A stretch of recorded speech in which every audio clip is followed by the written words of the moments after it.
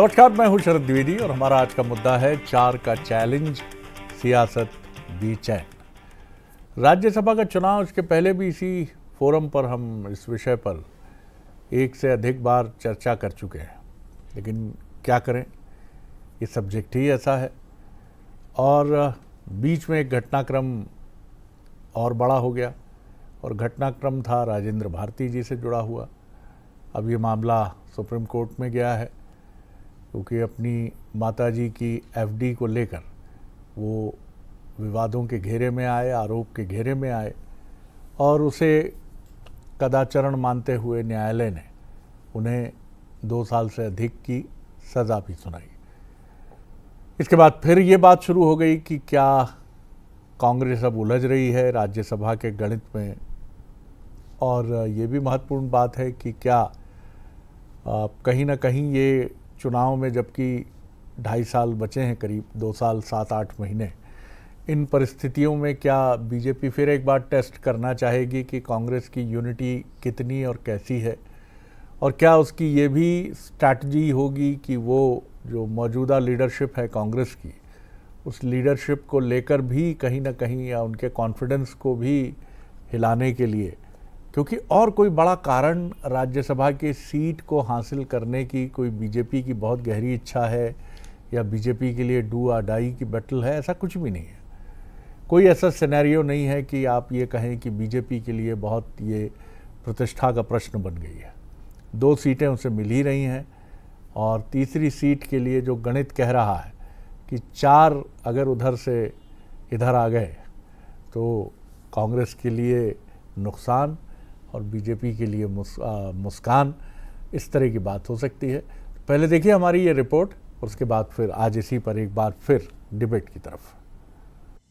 मध्य प्रदेश की सियासत में यूं तो कांग्रेस के लिए हमेशा से ही चैलेंज रहते आए हैं, और उसे ये चैलेंज बीजेपी से तो मिलते ही हैं, खुद अपनी पार्टी के अंदर से भी मिलते हैं। और राज्यसभा चुनाव से ठीक पहले कांग्रेस के सामने एक नहीं बल्कि 4 चैलेंज हैं। ये 4 चैलेंज वो 4 विधायक हैं जिनका राज्यसभा के लिए मतदान करते समय मन डाबाडोल हो सकता है।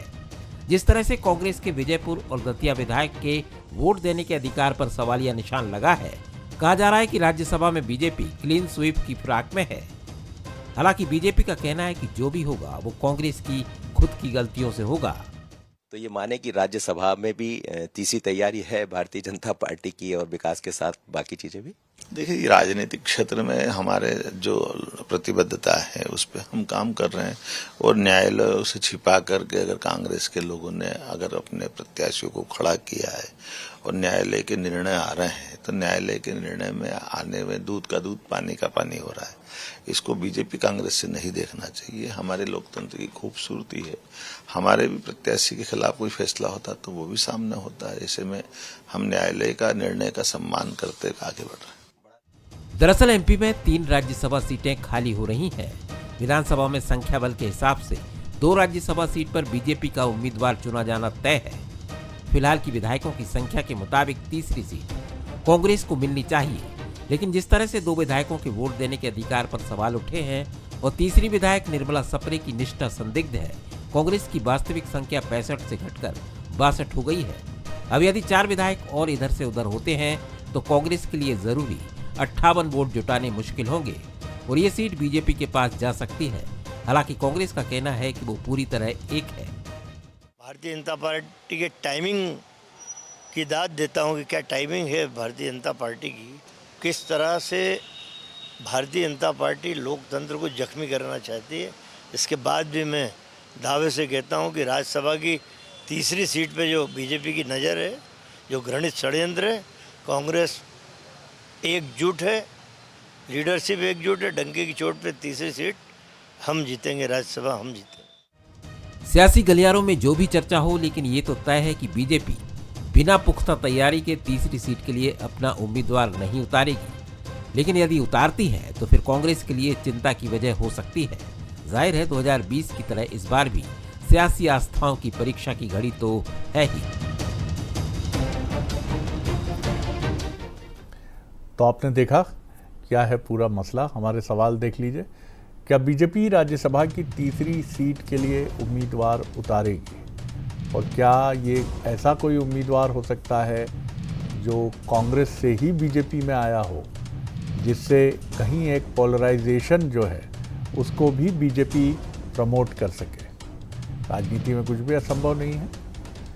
दूसरा सवाल है, क्या कुछ कांग्रेसी विधायकों की आस्था डावाडोल हो सकती है? ये डिपेंड करेगा सिचुएशन पे। जिन विधायकों को हो सकता है कि उन्हें लगे कि अगले 28 के चुनाव में टिकट मिलना कठिन होगा, तो जाहिर है ये सब चीज़ें होंगी। और क्या बीजेपी के साथ उनका संपर्क बना है, ये कहना भी राजनीति में बड़ा मुश्किल है। तीसरा सवाल, क्या अंदरूनी खींचतान के चलते कांग्रेस ये सीट गंवा सकती है? ये सबसे इम्पॉर्टेंट सवाल है, क्योंकि कांग्रेस में खींचतान, और इस खींचतान में कब क्या हो जाए ये कहना कठिन होता है। तो कांग्रेस के लिए परीक्षा की ये घड़ी है।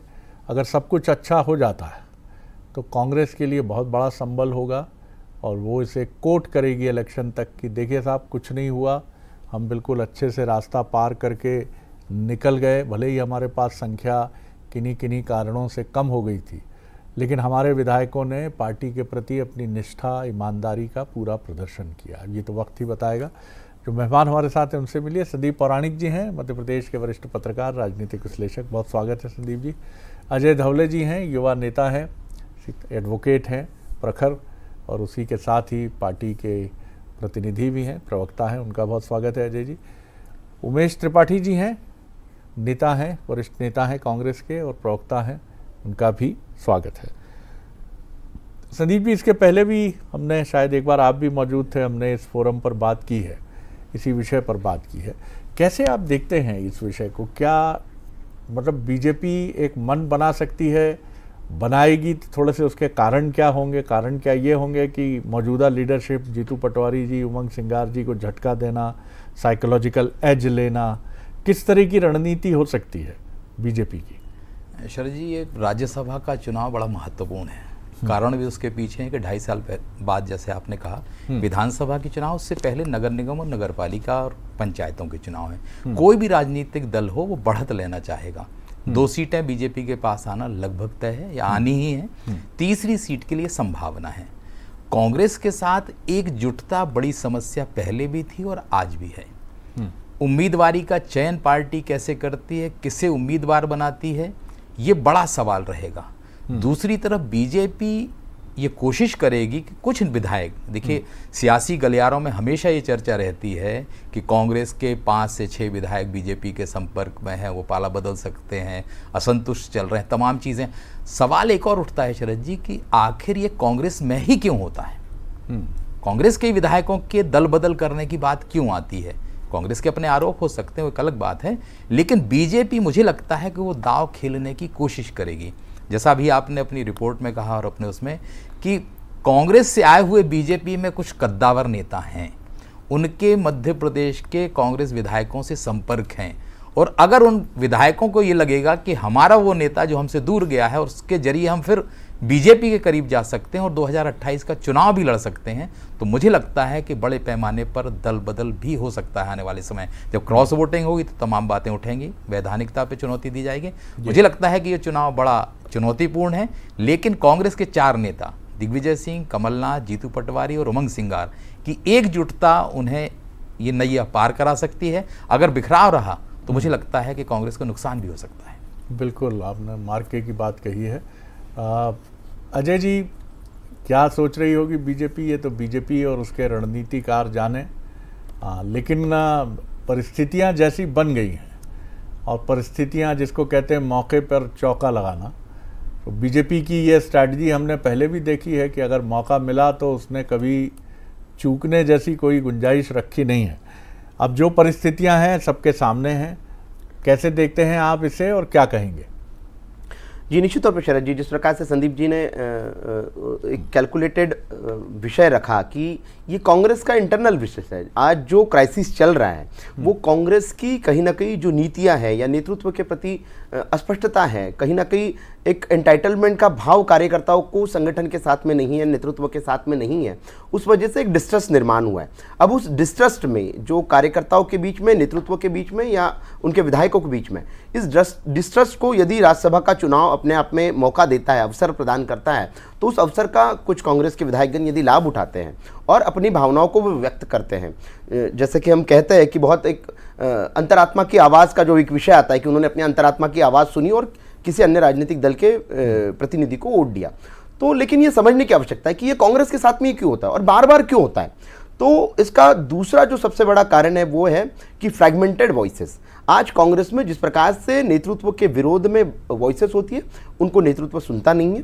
एक जगह बिठा के यदि संगठन अनुशासित कार्यकर्ताओं को अनुशासित करके संगठन ऐसी परिस्थितियों में जब आज कांग्रेस अपने सबसे निचतम स्तर पे है, तो कहीं ना कहीं दल को एकत्रित करने का काम किया जाए। लेकिन आज भी कांग्रेस इन के प्रकार जो भ्रम फैलाने की राजनीति कर रही है, उससे जो मूल विषय है, अब यदि संख्या बल की बात करें तो कांग्रेस एक राज्यसभा की सीट आसानी से जीत सकती है, लेकिन जो अभाव आ गया है नेतृत्व के बीच में और हम जिसको कहेंगे कि संवाद का जो अभाव है, उस संवाद के अभाव की वजह से यदि एक सीट भी कांग्रेस हार जाती है तो कोई बहुत बड़ी बात नहीं होगी। दूसरा जो सबसे महत्वपूर्ण विषय है शरद जी, जो आपने भी उसको रखा है कि मध्य प्रदेश में कांग्रेस के नेतृत्व को स्पष्टता के साथ में किन 4 बिंदुओं पे काम करना चाहिए। पहले तो ये आइडेंटिफाई करना चाहिए नेतृत्व कौन करेगा, फ्रंट पे कौन रहेगा, आइडियोलॉजी क्या होगी और हमें लड़ना किससे है। आज कांग्रेस का यही सही नहीं है। लीडर ऑफ अपोजिशन एक लाइन लेते हैं, पार्टी के प्रदेश अध्यक्ष अलग लाइन लेते हैं, एक ही विषय को लेकर 2 अलग अलग प्रेस कॉन्फ्रेंसेस होते हैं। तो कहीं ना कहीं ये जो विधायक है ये दिग्भ्रमित रहते हैं कि उसको फॉलो किसे करना है, संगठन को फॉलो करना है या लीडर ऑफ अपोजिशन को फॉलो करना है। जब तक कि कांग्रेस इस डायलेमा से बाहर नहीं निकलेंगी, वो भारतीय जनता पार्टी के साथ में नहीं लड़ सकती। शरद जी, त्रिपाठी जी, स्थितियाँ चुनौतीपूर्ण तो हैं बेहिचक, और चुनौतीपूर्ण इसलिए भी हैं कि सामने वो पार्टी है जो अपने काडर, अनुशासन, और ये भी आज जब हम बात कर रहे हैं इस विषय पर तो बीजेपी अपना स्थापना दिवस मना रही है, दुनिया की सबसे बड़ी पॉलिटिकल पार्टी है, और कांग्रेस से उसका एक अलग किस्म का रिश्ता है। दोनों ही पार्टियों का आपस में एक अलग तरह का रिश्ता। आप कैसे देखते हैं राज्यसभा की इन तैयारियों को? और जैसा संदीप जी ने कहा कि अगर आपके 4 नेता, कमलनाथ जी, दिग्विजय सिंह जी, जीतू पटवारी, उमंग सिंगार, ये सब मिलकर पूरी पार्टी को एकजुट करते हैं, तभी इस चुनौती का बहुत अच्छे से सामना पार्टी कर सकती है। जी देखिए, कांग्रेस पार्टी तो पूरी तरह संगठित है, और जहां तक हमारे नेताओं का एक साथ रहने की बात है, हमारे प्रदेश के सारे नेता, हमारा जो राष्ट्रीय नेतृत्व है, जो प्रदेश का नेतृत्व है, जीतू पटवारी, उमंग सिंगार, उनके अंडर में एकजुट है। और हम बिना किसी हिचक के, बिना किसी शक शुबा के, हम ये राज्यसभा की सीट जो है मध्य प्रदेश में एक जो मिलनी है, उसको हम जीतेंगे, उसमें कोई शक शुबा की गुंजाइश नहीं है। मेरे जो भारतीय जनता पार्टी के साथी प्रवक्ता कह रहे थे कांग्रेस भ्रम फैलाने का काम करती है, तो मैं उनसे कहना चाहूंगा कि पर उपदेश कुशल बहु तेरे, वो अपने गिरबान में झांक लें कि देश में भ्रम कौन फैला रहा है।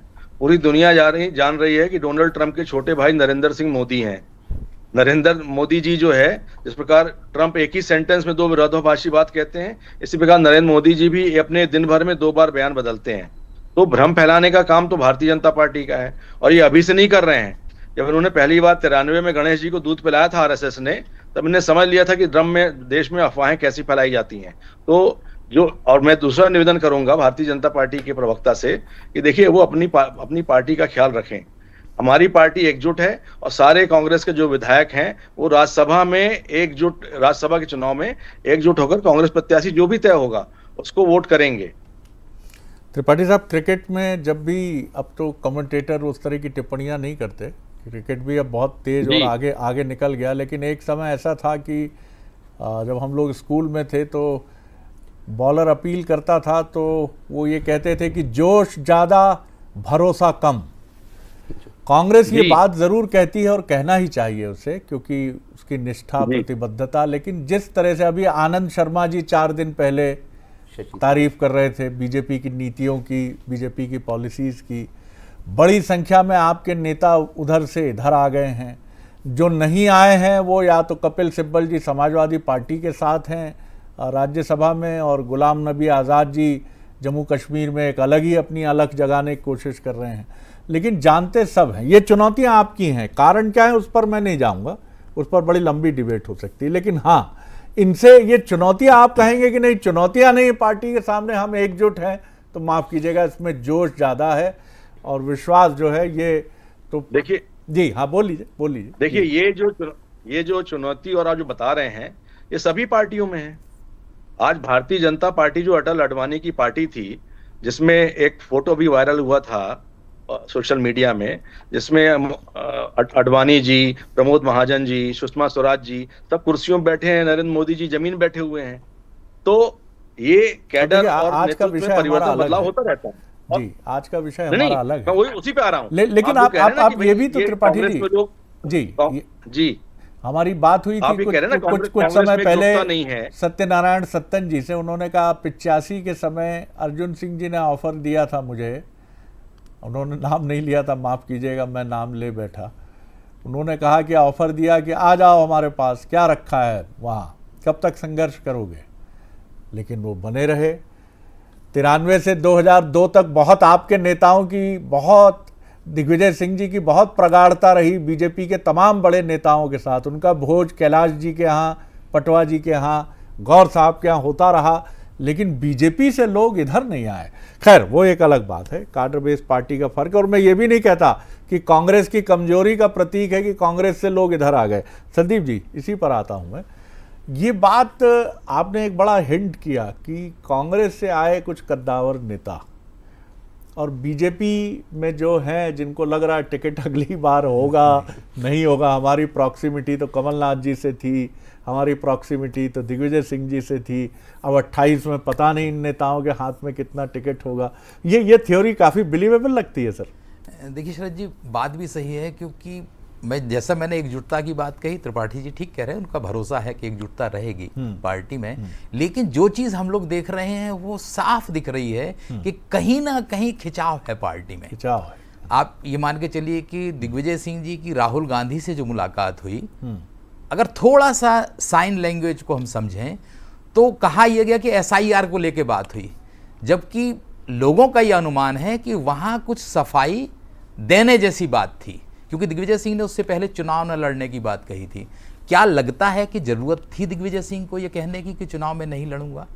वहीं से अंतर्द्वंद की शुरुआत हुई है, खींचतान की शुरुआत हुई है, और कई विधायकों को यह भी लगता है कि हो सकता है कांग्रेस हमें टिकट ना दे, तो वो उम्मीद में कि बीजेपी शायद उन्हें सहारा दे दे आगे चल के, वो कर सकते हैं। लेकिन मैंने फिर कहा कि इन चार नेताओं की एकजुटता पार्टी के लिए बहुत जरूरी है, नहीं तो नुकसान भी हो सकता है कांग्रेस को। जी बिल्कुल ठीक बात है, और ये कांग्रेस के लिए अवसर भी है। ऐसा नहीं है कि ये सिर्फ चुनौती ही, हर चुनौती एक अवसर होती है। जो अंग्रेजी में कहते हैं कि an optimist sees an opportunity in every calamity, वो आशावादी हर आपदा में अवसर देखता है। तो ये आपके लिए एक अवसर भी है त्रिपाठी जी। अजय जी, निश्चित तौर पर बीजेपी एक बहुत ही सयानी और चतुर पार्टी है, और मैं सोचता हूँ कि अभी तो उसके दिमाग में ये डायलेमा भी हो सकता है कि हम क्यों अनावश्यक एक तीसरी सीट के लिए कोशिश करें और अपने को, अपनी प्रतिष्ठा को भी स्टैक पे लगाएं। कोई इलेक्शन नहीं है, देयर इज़ नो नीड कि राज्यसभा में संख्या बल गड़बड़ा रहा है फिर भी। लेकिन अगर कांग्रेस से आतुर और आग्रही स्वर सुनाई देंगे तब तो फिर आप स्ट्रोक खेलेंगे ही। शरद जी, निश्चित तौर पे डेमोक्रेसी में नंबर्स ऑलवेज मैटर करते हैं, तो नंबर्स यदि अनुकूल रहें तो भारतीय जनता पार्टी हमेशा से कैलकुलेटेड मूव चलने में विश्वास रखती है, क्योंकि देखिए राजनीति में आपको जीत हार बहुत मायने रखती है। लेकिन दूसरा सबसे महत्वपूर्ण प्रश्न होता है कि एक आइडियोलॉजिकल बैकिंग भी होने की आवश्यकता है। जिन विधायकों का यदि विश्वास किसी एक आइडियोलॉजिकल मुद्दे पे भारतीय जनता पार्टी के साथ में, तो निश्चित रूप से उन लोगों की मदद ली जाती है। लेकिन आज जो महत्वपूर्ण प्रश्न है कि ये लैक ऑफ कॉन्फिडेंस कांग्रेस में ही क्यों है। मैंने पहले भी कहा था कि कहीं ना कहीं नेतृत्व में विजन की कमी, और दूसरा जिस प्रकार से हर नेता को या हर विधायक को जिस दृष्टि से देखा जाता है कि कहीं ना कहीं ये बिक जाएगा, तो राहुल गांधी जी की भाषा या गांधी परिवार की भाषा, ये भाषा का जो एक क्रम चला है कि कहीं ना कहीं अपने नेताओं को इस प्रकार से देखना कि उनमें कहीं ना कहीं इस प्रकार के समर्थन न देने की भावना उत्पन्न हो जाए, तो इस वैचारिक द्वंद्व से आज कांग्रेस गुजर रही है। दूसरा जो हमारे कांग्रेस के प्रवक्ता सती उमेश जी ने विषय रखा लेकिन व्योमेश जी खुद एक अधिवक्ता है, और मैंने जो कहा था कि भ्रम फैलाने का विषय, तो देखिए विजयपुर का विषय है या अभी दतिया का विषय है, कांग्रेस ने भ्रम किस प्रकार से फैलाया। उन्होंने कहा था कि स्टे मिला है राजेंद्र भारती जी को, लेकिन वो सस्पेंशन ऑफ सेंटेंस था। तो टेक्निकली इस प्रकार से यदि कांग्रेस भ्रम फैलाएगी कि हमारे विधायक को वोट देने से वंचित किया जा रहा है, जबकि वो कंप्लीटली जुडिशियल प्रोनाउंसमेंट का हिस्सा था। उसी प्रकार के विजयपुर के भी जो माननीय विधायक है, उनके लिए भी ऑनरेबल हाईकोर्ट ने और कहा है कि उनको वोट नहीं देना है। तो कहीं ना कहीं ये जो इस प्रकार की बातें जब जनता के बीच में कांग्रेस लेके जाएगी, तो कहीं ना कहीं जनता भ्रमित होगी। लेकिन वास्तविकता ये है, वास्तविकता जुडिशियल प्रोनाउंसमेंट के साथ में है। संविधान में हम विश्वास रखते हैं, संवैधानिक व्यवस्थाओं के तहत उन लोगों को वोट देने से बाधित किया जा रहा है। तो ये सारी बातें कहीं ना कहीं एक परिप्रेक्ष्य में आएगी, और निश्चित रूप से राज्यसभा का चुनाव जो होगा वो बड़ा इंटरेस्टिंग चुनाव होने जा रहा है मध्य प्रदेश के परिप्रेक्ष्य में।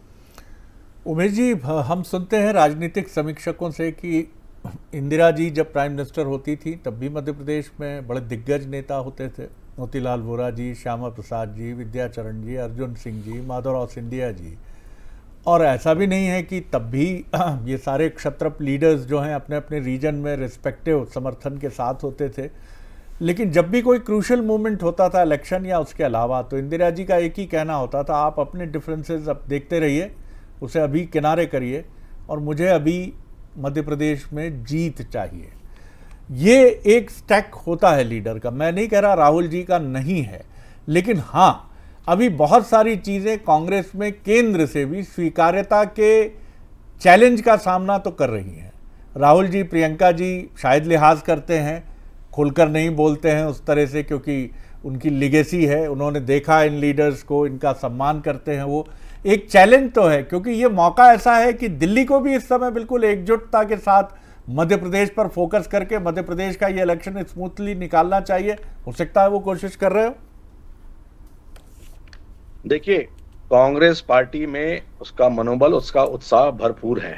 मैं आपको बता दूं, ये राज्यसभा सीट भी हम जीत रहे हैं, और आगामी होने वाला चुनाव जो है, जनता भारतीय जनता पार्टी से इतनी नाराज है कि ये हमें क्लीन स्वीप रहेगा इस बार विधानसभा चुनाव में। मैं आपको बता रहा हूं, क्योंकि भारतीय जनता पार्टी के खुद जो कैडर है, जो पुराने आरएसएस के लोग थे, जिन्होंने भारतीय जनता पार्टी मध्य प्रदेश में भारतीय जनता पार्टी बनाई है, उनके परिवार के लोगों से मेरे भी ताल्लुकात हैं। वो सब लोग बोलते भी, यदि इस दिन के लिए भारतीय जनता पार्टी बनी थी और इस दिन के लिए आरएसएस बनी थी, तो बेहतर होता हम लोग, हमारे पूर्वजों ने, हमारे घर के बुजुर्गों ने इस पार्टी के लिए काम नहीं किया होता।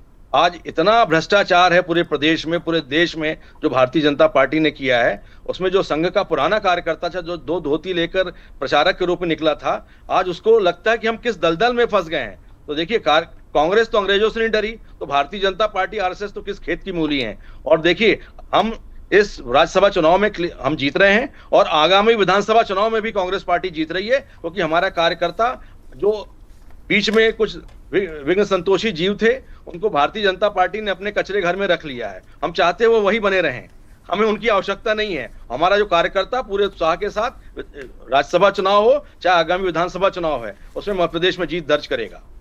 त्रिपाठी जी, आप बड़े विद्वान व्यक्ति हैं, और मुझे लगता है कि मैं समझता हूँ आवेश और पीड़ा दोनों, और वो बहुत स्वाभाविक भी है। लेकिन कचरा घर, दल बदल भी एक ऐसी प्रक्रिया है जिसको मुझे नहीं लगता कि बहुत असम्मानजनक या घृणा के भाव से देखा जाना चाहिए। हाँ, ये सही है कि दल बदल एक ऐसी चीज़ है जो अपने पीछे बहुत सारी प्रतिक्रिया जन्य चीज़ें छोड़ जाती है, लेकिन फिर भी। और दूसरी बात जो आपने कहा कि आप अगले चुनाव के लिए दावा कर रहे हैं, ये बात मैं आपकी इस मायने में मैं इससे सहमत रहता हूँ कि 2003 के बाद जितने भी इलेक्शन हुए हैं 2023 तक, कांग्रेस किसी इलेक्शन में प्रतिस्पर्धा से बाहर नहीं थी। इसलिए मैं फिर कहूँगा कि इसमें आपकी इस अपील में जोश ज़्यादा है, और कितनी इसमें गहराई होगी ये 2028 बताएगा। शुभकामनाएं बीजेपी को भी है, आपको भी है, क्योंकि लोकतंत्र तभी सफल है जब उसमें दोनों ही दल, पक्ष और विपक्ष, अपनी पूरी मजबूती और पूरे समर्पण के साथ चुनाव में उतरें और एक नज़दीकी मुकाबला हम देखें। आप तीनों मेहमानों का बहुत शुक्रिया, बहुत धन्यवाद। आगे देखिए हमारा न्यूज़ बुलेटिन प्राइम मेट्रो। नमस्कार।